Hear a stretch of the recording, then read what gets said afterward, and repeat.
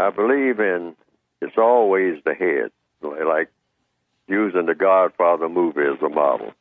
What did the Godfather say in the back of that car talking to Tom after he came from a meeting? He said, Tatalia is a pimp. He never could have outfought Santino. But I never knew until today it was Barzini all the time. Now, I've taken that as a lesson. Of course, I understood the lesson before I saw that scene in the movie. But in a system of white supremacy, it's always the white supremacists who are to blame. You can't blame people in a prison system, the prisoner, the way the other prisoner acts. In the movie Shawshank Redemption, it was the warden. The warden is the head. The warden determines who gets hurt and who doesn't. All those people in between, they, regardless of what their intentions are or how they feel and all like that, they do a lot of damage to each other, but it's only going to happen if the warden wants it to happen.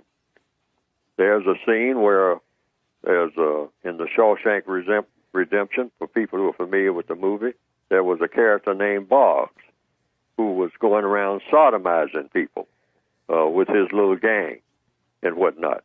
And he did it with impunity, got away with it. He's a prisoner, but he's going around, sodomizing people at will, and had been doing it apparently for years in the prison called Shawshank Prison. But when the chief guard decided that, wait a minute, now you're sodomizing somebody who's working for me. I have one of the prisoners who's now working for me, figuring out my taxes and settling my estate, of my brother's estate. When he died, and did all the paperwork for me. Yeah. So you're interfering with my business. So then what happened to Mr. Boggs? He spent the rest of his days in prison getting his food, out of a straw. Because that chief guard, the person who was in charge, decided that he wasn't going to get away with that type of thing anymore or do anything else. Yes, sir. Except sip his food from a straw. Now, what's the point that I'm making? In the system of white supremacy, it's always the white supremacists who are to blame. That's who you got to deal with. And all the other people in between, and it shows up all the time. It's useless to try to go after them. Trying to figure out who the Uncle Tom of the week is a futile enterprise. You have to go to the white supremacists and say, look, these things would not be happening to me if you did not want it to happen, sir. If you are, quote, unquote, in charge. That's what being in charge means. These black people on this planet are not in charge of anything. No black person is until the white supremacists say that they are. That's what white supremacy means. So it's futile for black people to squabble among themselves about who is the biggest Tom. All prisoners of war are equal. And we are all, if you've got color in your skin, prisoners of war.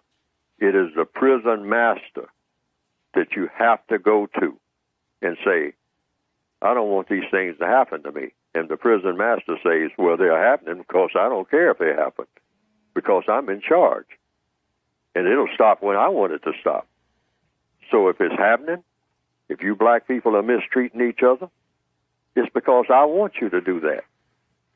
And it'll continue as long as I want it. Whatever the white supremacists will tell you that it means, just like Andy Dufresne in Shawshank. He has to put up with it. We have to put up with non-white people who help the white supremacists.